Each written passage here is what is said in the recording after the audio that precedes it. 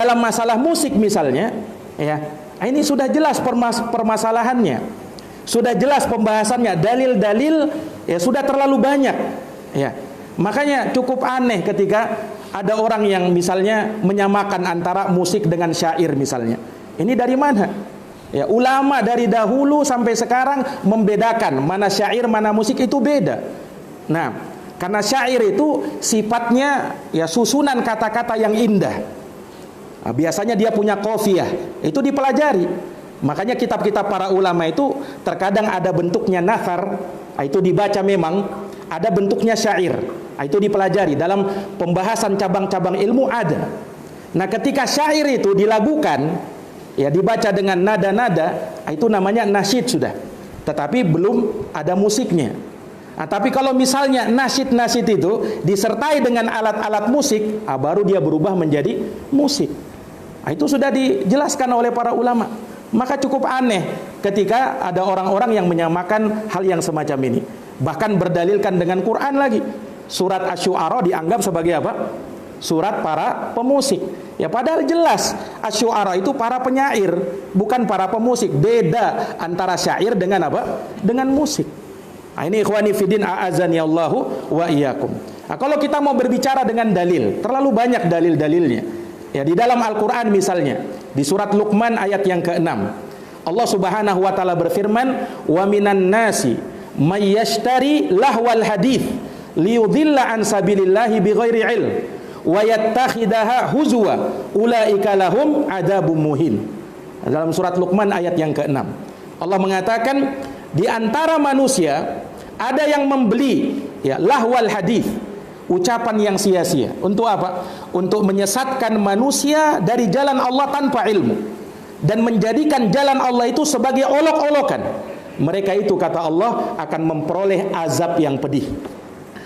Disebutkan dalam tafsir Ibnu Katsir bahwa lahwal hadis yang dimaksud di dalam ayat ini, kata sahabat Abdullah bin Mas'ud, beliau bersumpah sampai 3 kali. Demi Allah, demi Allah, demi Allah. Yang dimaksud dengan ayat itu adalah al-ghina, yaitu nyanyian dengan alat-alat musik. Ini sangat jelas tafsirnya para ulama dari sahabat Abdullah bin Mas'ud radhiyallahu taala anhu. Ini dalam Quran dan masih banyak lagi ayat-ayat terkait masalah itu. Dalam hadis Nabi, Rasulullah mengatakan dalam riwayat Imamul Bukhari, la yakunanna min ummati aqwamun yastahilluna al-hira wal harir wal khamar wal ma'azif. Akan ada, kata Nabi, dari umatku yang mereka menghalalkan zina, sutra, khamar dan alat-alat musik. Ini ikhwani fiddin a'azani Allahu wa iyyakum.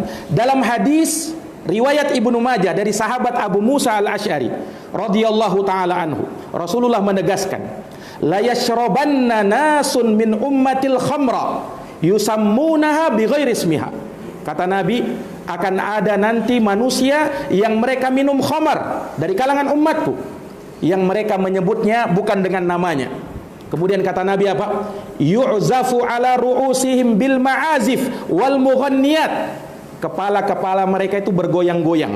Yang mereka dihibur dengan apa? Dihibur dengan alat-alat musik dan dengan penyanyi-penyanyi wanita. Lihat di akhir hadis Nabi katakan begini, yakhsifullahu bihumul arda wa yaj'alu minhumul qiradata wal khanazir.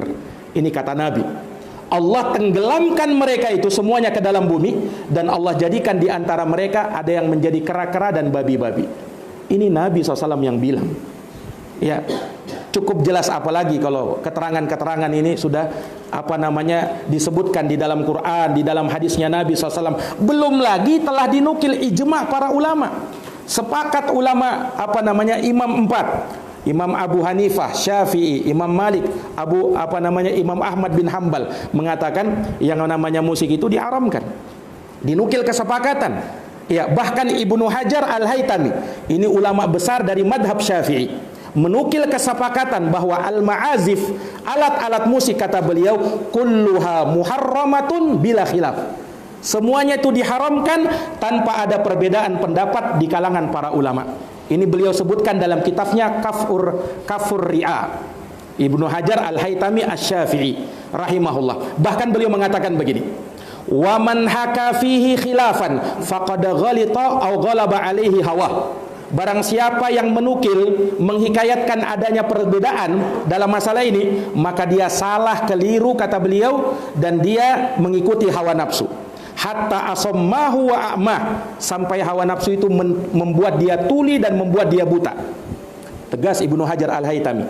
Kemudian kata beliau, wa mana'ahu hudahu, dan ia akan terhalang dari petunjuk, wa zalla bihi an sunani taqwahu, dan ia akan tergelincir dari jalan-jalan ketakwaan.